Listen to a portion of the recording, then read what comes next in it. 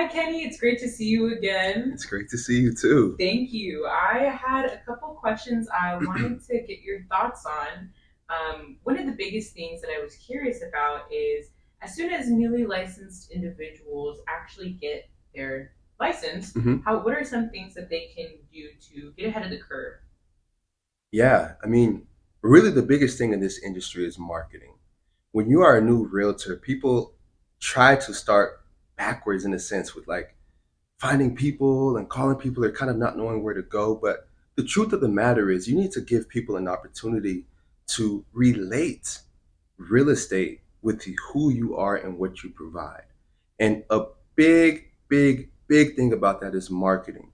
So, what I always encourage newly licensed realtors to do is start getting your name out there even before you have your real estate license. Start to market, post yourself on social media, go post a house, go walk through the home buying process, do anything that you can to allow people to start to relate you and this industry.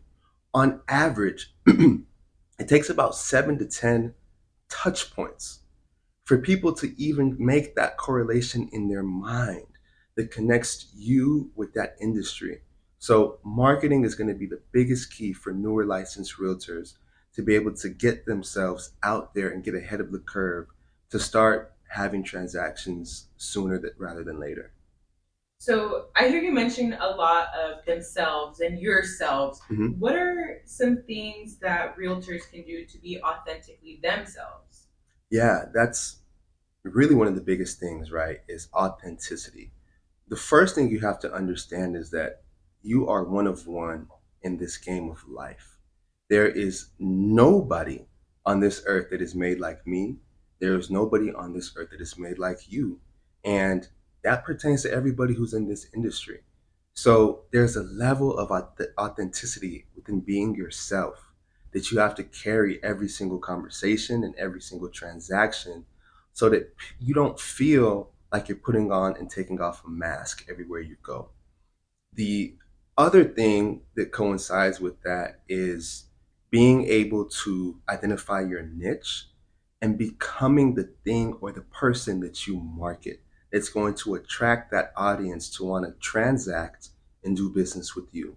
So that looks like if I want to be in luxury, I need to start to position myself with how I dress, with how I speak, with how I interact and engage with people as a way that that luxury person may do it so that I begin to organically and authentically mold into the person that becomes who they naturally are drawn to. So if you're able to combine molding yourself into the person and becoming the person that you market, as well as your true authenticity and staying true to who you are naturally, that's when you truly start to find alignment within your business and you can flow within the area and the niche that you want to be involved in. So then, going on your alignment in business and Mhm. niche, what are some relationships that realtors should have to be successful? Yeah, no, relationships are everything. And I mean everything as it pertains to this business. You don't want to be somebody that's transactional because relationships are the lifeblood of your income and your ecosystem. So, relationships involved with your clients. Your clients need to be some of your biggest sources for referrals. So, when I conduct business and close a deal with my client, obviously, I'm going to ask the questions, which for some may be uncomfortable, but I'm going to ask, hey, who else do you think would benefit from some of the services or even benefit from just having this conversation, right? I need to know that I've done a good enough job that they're going to be confident to be able to refer me and really be a cheerleader within a niche that you want to be in. So I'll go back to a luxury home.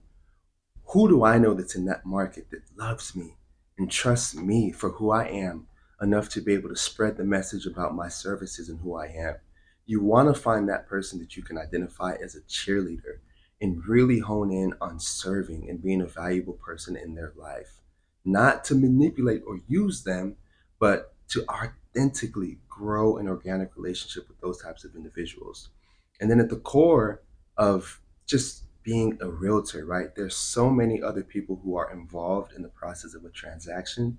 There's loan officers, there are inspectors, there are appraisers, there's insurance, there's title, there's tons of people who will be involved in that process of going and converting a deal. So you want to start to seek those people out within the industry and build authentic and organic relationships with them as well in order to grow.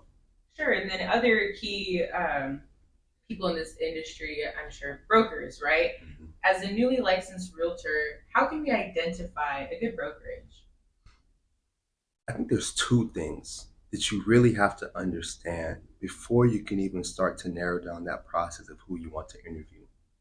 The first is going to be, what is it that you truly need as an individual, as a business owner, in order for you to grow? For some people, that may be, I want to be in a space where my commissions are split the same way every single time. So that may look like joining a split free brokerage, right? Maximizing the dollar that you receive for every deal.